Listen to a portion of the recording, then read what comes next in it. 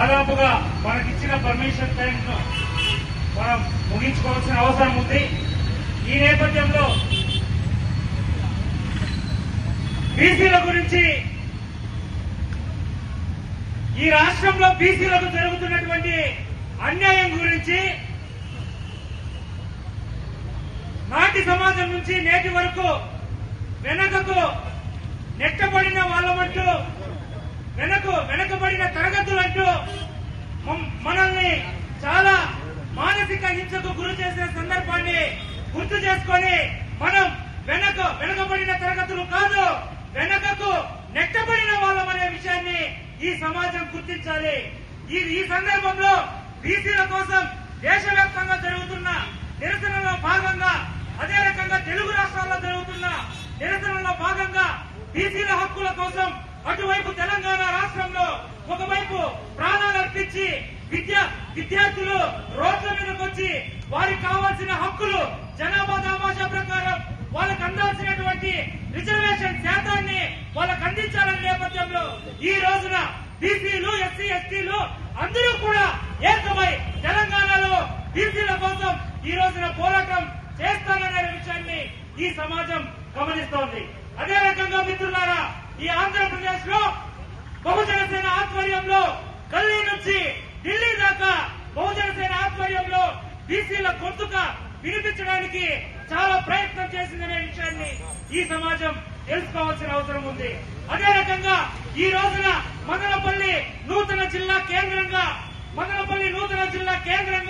బీసీల సమస్యల పైన బీసీ ప్రతిఘటన నిరసన కార్యక్రమాన్ని ఈ రకంగా చేసుకోవడానికి, ఈ రకంగా మన యొక్క వారిని వినిపించుకోవడానికి సహకరిస్తున్నటువంటి పోలీసులకు కూడా ప్రత్యేకంగా ధన్యవాదాలు తెలియజేస్తూ, మిత్రులారా, పంచాయతీ నుంచి పార్లమెంటు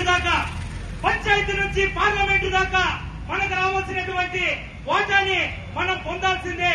ఎవరైతే 34% ఈ రోజున టీడీపీలో ఉన్నటువంటి బీసీ నాయకులు, గౌరవ సీఎం గారు 34% బీసీలకు మేము అమలు చేస్తామని చెప్పేసి గతంలో మాట్లాడారు. ఇప్పుడు ఆ 34% గురించి కూడా కనీసం నోరెత్తలేదనే విషయాన్ని ఈ సమాజం, బీసీ సమాజం గుర్తించుకుంటా ఉంది. అదే రకంగా ఏ ప్రాతిపదికన 34% మాట్లాడారో సమాధానం చెప్పాలి. 34% అంటే 100కి 34% అంటే ఏ రకంగా, ఏ గణాంకాలు ఆధారంగా మీరు 34% అని మాట్లాడారు మా సమాధానం చెప్పాల్సి ఉంది. ఎప్పుడో 1970లోనే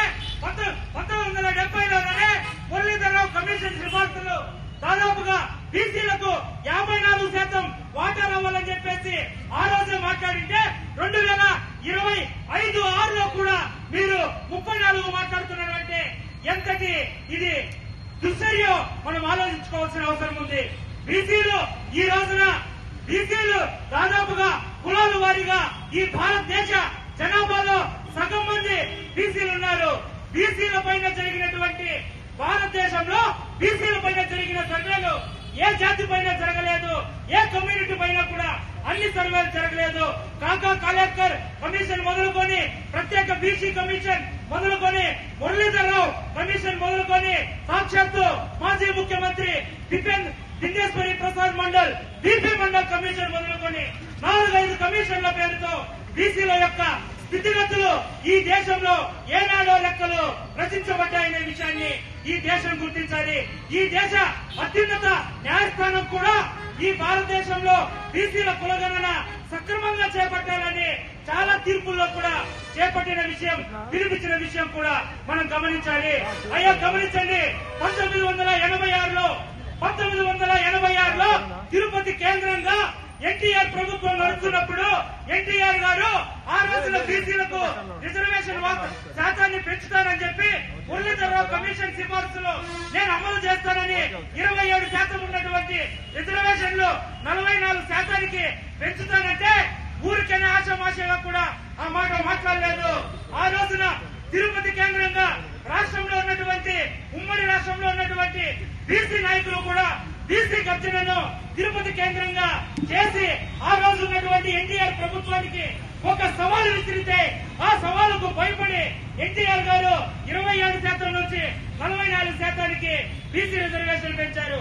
ఇక్కడ ఉన్నటువంటి కుహుణవాదులు, పెద్ద పెద్ద అగ్రకుల వాళ్ళు బీసీల రిజర్వేషన్ ని, బీసీల ఎదుగుదలని, బీసీల చట్టసభల్లో సగం మంది ఎమ్మెల్యేలు, ఎంపీలు వాళ్ళే ఉంటారని అక్కసుతో, భయంతో వాళ్ళ యొక్క కుర్చీలు ఎక్కడ పోతాయనో ఆ రోజున సుప్రీంకోర్టుతో, హైకోర్టులో బిల్లు వేసి 1986లో 44% ఇంప్లిమెంట్ అయ్యే బిల్లును సుప్రీంకోర్టు ద్వారా, హైకోర్టు ద్వారా స్టే తెచ్చారు. ఇంతవరకు బీసీల పక్షాన ఏ ఒక్క నాయకుడు, ఏ ఒక్క రాజకీయ పార్టీ కూడా బీసీల పక్షాన సుప్రీంకోర్టు గడువు నొక్కింది లేదనే విషయాన్ని గుర్తుపెట్టుకోవాలి బీసీ సమాజం మొత్తం. 1986లో మన అభివృద్ధి ఆగిపోయింది. మన కోసం కోర్టుల రూపంలో, కోర్టుల యొక్క చెప్పినటువంటి సాకులతో మన బీసీ రిజర్వేషన్ ఆగిపోయింది. పెరగాల్సిన రిజర్వేషన్ 44% నుంచి ఈ రోజున 54% పెరగాల్సిన అవసరం ఉంది. మిత్రులారా గమనించండి, ఇదే అవకాశం కేంద్ర ప్రభుత్వం కులగణనకు అనుకూలంగా దేశం మొత్తం కులగణన చేయాలని చెప్పేసి అనుకూలంగా ఉంది. ఆయా రాష్ట్రాలు కూడా దీన్ని ప్రత్యేక చొరవ చూపి, ముఖ్యంగా బీసీల కోసం ప్రత్యేక చొరవ చూపి బహుజన సేనగా మేము చెప్తున్నాం. ఆంధ్రప్రదేశ్ లో బీసీల కోసం ఒక ప్రత్యేక కమిషన్ ఏర్పాటు చేసి బీసీల కులాలను సమగ్రంగా లెక్కించాలని మేము డిమాండ్ చేస్తున్నాం. అదే రకంగా గమనించాలి, ఎక్కడైతే ఎప్పుడైతే బీసీల జనాభా బయట వస్తుందో అప్పుడు బీసీల రిజర్వేషన్ కూడా బయట పెట్టాల్సిన అవసరం ఉంటుంది. జనాభా పెరిగితే రిజర్వేషన్ శాతం కూడా పెంచాలి. ఈ దేశంలో బీసీల కోసం ఎక్కువ ప్రాణత్యాగానికి సిద్ధపడి తన పోరాటాన్ని సాగించిన నాయకులు ఇద్దరు ముగ్గురున్నారు. ఢిల్లీ కేంద్రంగా జయలలిత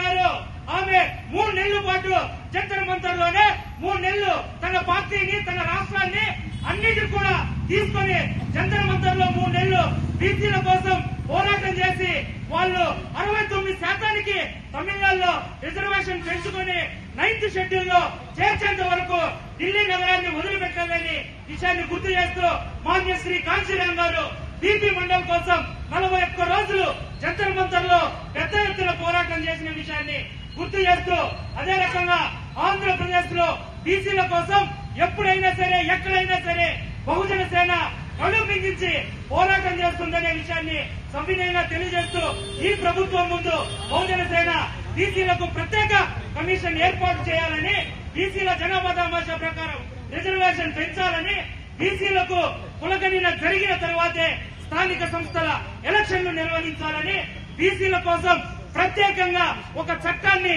ఒక రక్షణ చట్టాన్ని, ఎస్సీ ఎస్టీల మాదిరిగానే చట్టాన్ని ఏర్పాటు చేయాలని చెప్పేసి సవినయంగా